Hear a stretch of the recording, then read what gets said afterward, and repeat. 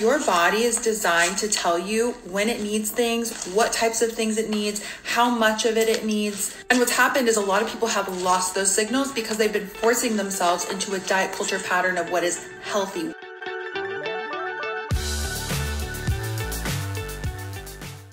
Hello everyone and welcome to the Body Honesty Project. My name is Lydia and today we are talking all about balance. And when I say balance, I mean balance in nutrition.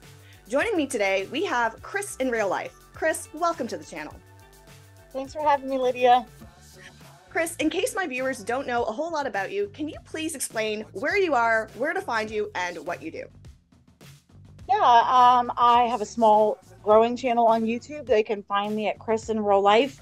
Sometimes you have to type in Amber Lynn after my name to get me to pop up, but I will.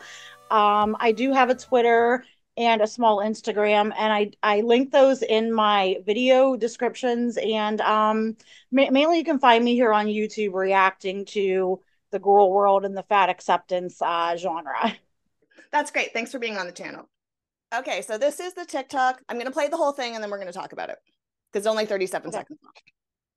Diet culture has really effed up people's mentality of what a balanced, healthy diet is. What a lot of people think balance is they think a forced balance where you eat 80% of X and 20% of Y. That's not balance. Your body is designed to tell you when it needs things, what types of things it needs, how much of it needs. And what's happened is a lot of people have lost those signals because they've been forcing themselves into a diet culture pattern of what is healthy, what is the right way of beyond the type of food that you should be eating. Diet culture even tells you when the balance should occur. It should be balanced day to day. It should be balanced week to week. Everyone's body is different and not all bodies are going to operate on that same clock. So there's a lot to discuss there. I guess where I would like to start this conversation is Antidietpilot starts off by saying that everybody's body is built to know what they need. Do you agree or disagree with that statement? I think many, many years ago, and when we were evolving, that is very true. But in this day and age, especially in like the westernized world, in our modern food culture, that's really not the case. That's a tricky balance because we used to eat natural foods. We used to eat foods that aren't full of chemicals and preservatives. And we worked physical jobs and we weren't sitting around in front of a screen snacking all the time. So I think it was true at one point, but I really don't think that's true in the modern day. Yes, I would agree. If our bodies were always so intuitive, then we wouldn't have people that struggle with obesity, that are not economically deprived, that have good socioeconomic status.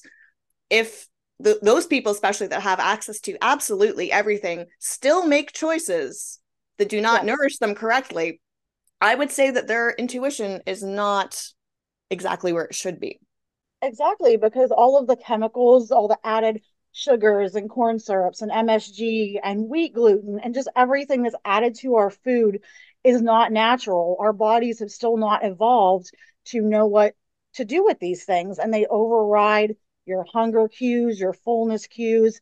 And we're also in this fast-paced world where people are eating on the go and they're grabbing things and they don't have time to sit and wait and say, oh, am I full? Do I need to eat more? It's all screwed up, basically. And people are not eating the whole foods and the things we were meant to be eating. So you cannot intuitively eat and balance when your diet is mostly processed, packaged, fast food. And we have the portion distortion thing going on. You know what I mean? Where portions are oversized, and even just in terms of intake of calories, we're drinking calories all the time. The sugary drinks that are like 700 calories at Starbucks and stuff. So even if people don't think they're eating a lot and they're being healthy, they're drinking a lot of their sugars. So you're constantly having an intake of energy, not putting it out. And because I have like insulin resistance and those type of issues, and issues with binging, and these type of foods constantly give people blood sugar spikes, and their insulin goes up, and they're in a chronic state of hyperinsulinemia. Then it has to go down. They crash, need something else, and we're taught, well, that's okay. You need 3 meals and like 8 snacks a day, and that's just not the case. We're eating too many times. Mm-hmm. Exactly. So, Antidietpilot seems to think that our bodies can intuitively achieve balance, but we're seeing that a lot of us, or a lot of the population, can't intuitively get there. In order to achieve proper nutritional balance, what would your suggestions be? Like, how would you get there? If we can't just let our bodies intuitively get to balance, what steps would you recommend? If I intuitively ate the things I wanted to in the modern world, I would be like 500 pounds. You know what I mean? Because these foods tell you eat more, more, more, more, more. You really need to want to change. It definitely comes with a mindset. You have to say, I don't want to eat all the processed foods, the packaged food, the convenience. And you have to want to be willing to set some time aside and cook yourself meals, cook mostly whole foods, cook stuff from scratch, do meal prep, and say, okay, this is what I'm going to eat. I'm not going to eat the McDonald's 5 times this week. I'm not going to pull something out of a packet. And learn how to use spices and seasonings and stuff like that, because a lot of the time people just don't like natural diet food because, oh, it doesn't taste good, it tastes bland and it's not fun. And that's because their taste buds are so blown out from all the MSG and salt and sugar and all the food.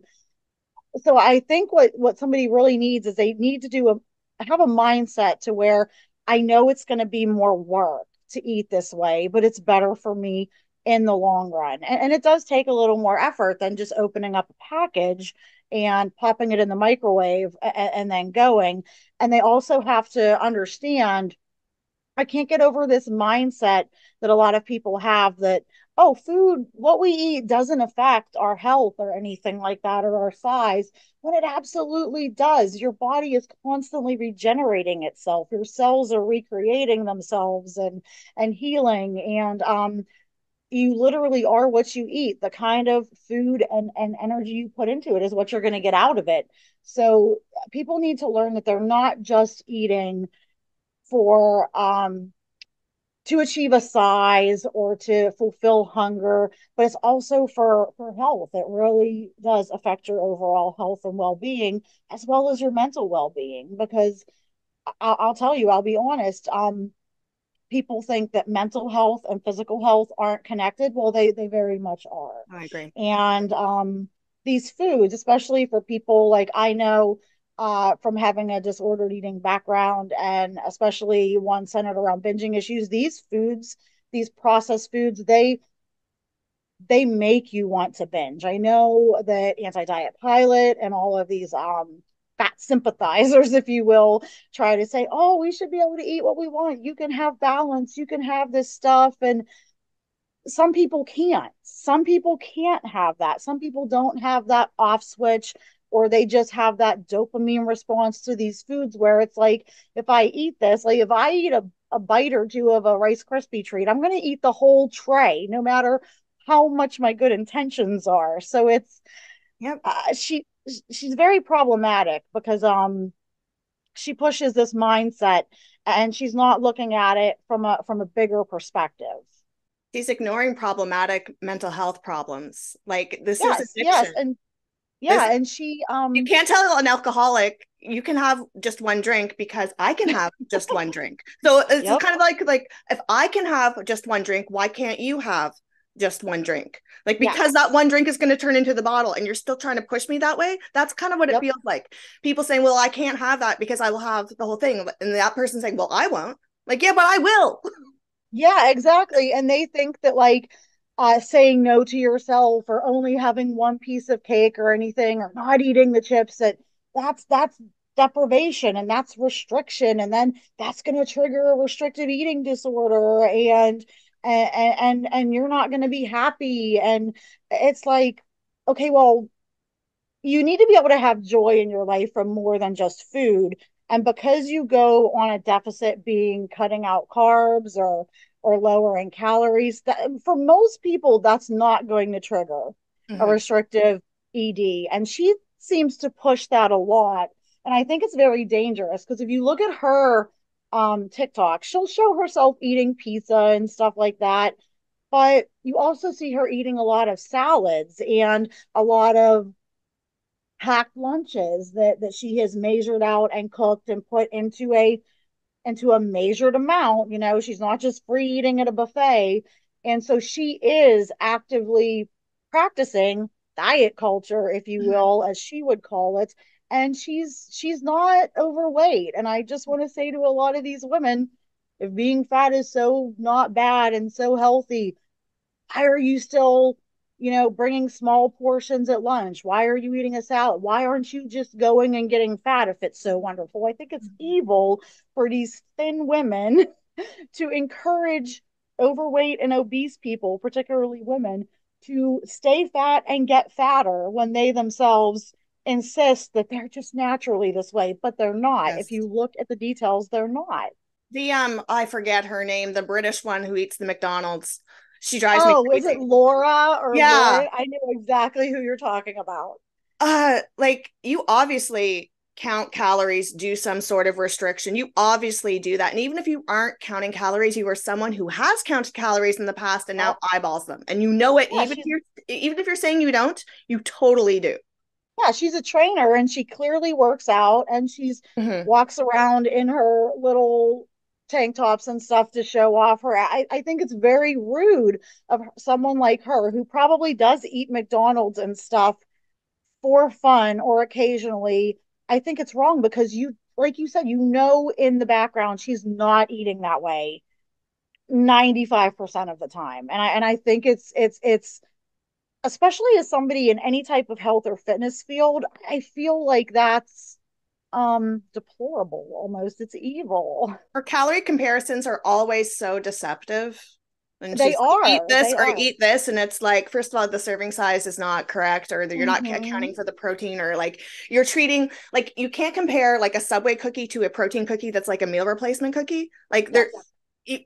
it's like, oh, just have the Yeah, Subway cookie. Like this, but because that people cookie are is going to eat the cookie on top of a meal and a yeah, milkshake or something. And she knows that's the tricky part. She knows that people will see this as they're scrolling, and look at that and go, oh, this thin fit woman says that this cookie is as good as this candy bar. And so it's fine. And she knows they're not going to do the details yeah. and dig and go, oh, but the serving size is a quarter of what this one is. She knows they're not going to read the fine print. You know what I mean? So You know, I would it's have less of deceptive. a problem with Laura and Antidietpilot if they didn't collaborate and stitch the other fat activists. Like if they were in their own niche of, it's like Mm, thin women recovering from an ED, like their own yes. niche. But because they always like Antidietpilot has stitched Marissa Matthews, and it's like I can't take you seriously if you endorse Marissa Matthews. I'm sorry, that's like game over. If you Yes. stitch her and support Marissa, You're canceled. I have no respect for Yeah. anything you say. And the thing is and it's another, they kind of blur the lines where they're pushing this rhetoric, and it blows my mind that any type of diet, any type of restriction or cutting back on food or switching out something unhealthy for something better, they lump that all into a restrictive eating disorder. And they're two very different things. The restrictive EDs are very serious and very dangerous, and they're a whole different monster to deal with.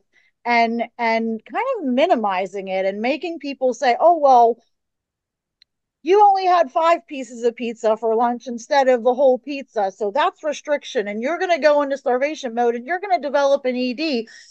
That's so disingenuous because they are not the same, not even Oh, I inherently know. close. People with restrictive EDs do have that, a lot of them do have that inherent fear of food, that fear of gaining weight. It's not even a size thing, it's a control thing. Mhm. And they need to be encouraged. You can eat this stuff occasionally. You're going to be fine. It's not, it's not a problem. But people who binge, people who chronically overeat, which all morbidly obese people do, it's not genetics, hate to break it to Mhm. you. Oh yeah. They need to learn that you can't just always have what you want in the quantities you want. I mean, because even if you ate 8,000 calories a day and you somehow um, burnt off 7,000 of them in exercise, which is physically impossible, great, you may maintain your weight, but what you're eating still has internal effects on your body. If it's unhealthy, you're still going to have the high insulin, the high blood sugar. You could still be getting a fatty liver. So just because, and that's why I hate they always lump in that, well, if you're skinny doesn't always mean healthy. No, it doesn't. But That most you certainly have does to, mean unhealthy. yes, fat definitely means very unhealthy. And it's like, so you need to learn, all of us, everybody needs to not just eat less and learn a balance between, I'll have the naughty foods here and there, but mainly maintain it with mostly healthier foods. We need to learn that people just eat too much. We eat too much. We're taught to eat from the time we wake up until the time we go to sleep, and we don't move enough and everything. And I just think people like Antidietpilot are so problematic, more so than the normal fat activists, because people look at them, especially like jock scientists and all these ones. You say, I'm a therapist, I'm a trainer, I have this degree, I have that degree. People look at them as an authority and say, well, they're educated, they have a degree, they know, if they're saying it's okay, then it must be okay. They don't see that these women truly are just trying to latch onto a movement where they can sell their services, sell their products, get some clout, and make money off of these Totally. impressionable people. It's evil. Totally. I find it interesting how Anti-Diet Pilot was, her TikTok was about balance, but yet she supports fat activists who do Mm-hmm. not achieve any balance. Like going the other way is not balance either. So she Yeah. criticizes diet culture because it's forced balance and that you need to intuitively have balance. But hello, look, watch all the other fat activists. What sort of balance does Marissa Matthews have? What sort of balance does No. Fierce Fat Femme have? Like, do you see balance in their They lives? don't. And it's like she glorifies talks about this balance, but you can look at these people and know they don't have balance. When I cover or react, or you watch like the what I eat in a day as a fat person, it like never fails to amaze me. I know exactly what I'm going to see. These people are going to eat too much. They're going to eat mostly processed food. They're going to eat on the go. They're going to drink big sugary drinks. You, how can you have balance when you're eating foods that override your natural hunger cues and stuff? But two, these people just have an inherent lack of self-control, and they don't want to have the self-control, and um they don't want to deprive themselves. It's like they can't tolerate any type of discomfort, or Yes. if you have a little hunger pain, oh, you're starving and you're going to go into starvation mode and die. And listen, the Yes. starvation mode myth needs to go too, but that's not going to happen. And what they do is they prey on people's I don't want to say ignorance, but their lack of knowledge. And they know that, especially with the TikToks, if you know, as most of these people are big on TikTok, because that isn't a long-winded platform. People watch things for 30 seconds or a minute or two, and then they move on to the Oh, next they thing. can't make it on YouTube because on YouTube you actually have to have enough to say. You actually have to have an Yes. argument. They suck at Yep. YouTube. That's why I Yeah. would And love to have one of them come on the channel because I don't think that they could oh, they last never longer than 30 will. seconds. Yeah, I can exactly. They debate you know for an these hour. Yeah, they know these people are going to watch this for 30 seconds and watch dozens of their videos, and then get pushed more of the same by the algorithm. And then it's going to, people are going to say, well, these people are telling me this, and that means it's right. When basically what it is they're telling you what you want to hear. Exactly. So you're going to keep watching them and promoting them, and then they're going to make money on TikTok, but they're actually doing you a disservice because it's just confirmation bias, Well, yeah, basically. they're saying they're telling you the lie that you desperately want to hear and to Mm-hmm. believe. And the more people that believe it, the more comforting it is. And when they hear it from a thin, fit person, they go, well, it has to be true, Right. right? Because it's not just a fat person thing. And if you look, at Antidietpilot, back from her videos from a long time ago, I think she is still struggling a little bit with balance herself, because if you look, she's still in a thin body. I hate that, in a body. You are your body, people. Mhm. But she has, following her own advice, put on a little bit of weight. And if she doesn't watch, she's going to keep putting on weight. Now, I see somebody like her behind the scenes going, oh my God, I don't want to be fat. And Mhm. secretly starting to restrict and diet in the background while still pushing that Right. narrative that she's building a huge audience on. I don't know how deceitful Anti-Diet-Pilot is versus Laura, the British one. Because for some reason, sometimes I see in Anti-Diet-Pilot an honest internal struggle.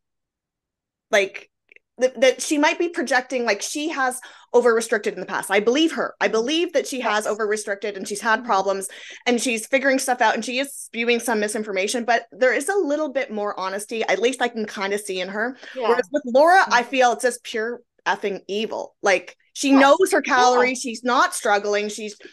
And one of the other things that I find absolutely deplorable with her McDonald's things is she doesn't draw enough attention to the actual calories of the McDonald's that she consumes. So she'll make a whole video talking about how McDonald's isn't bad. And you know what she's showing? A McDonald's hamburger, kid size, and like a little fry. Goes, eat the McDonald's. Yeah. She's actually only eating about 500 calories.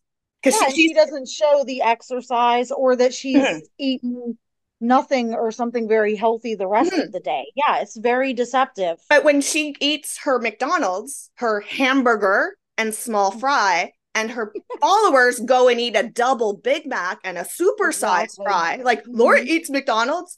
Laura had about 500 calories at McDonald's, but still sold it as I eat McDonald's. Yeah, like, and then they're like, well, I eat McDonald's too, and she's just naturally thin, and I'm naturally super morbidly obese. I don't get it.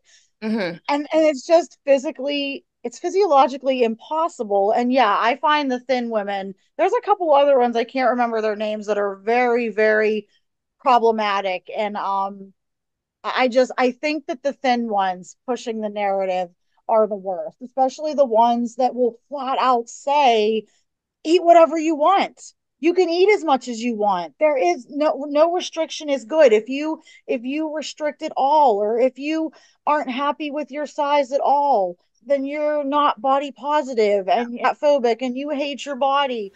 So that's the first half of the conversation.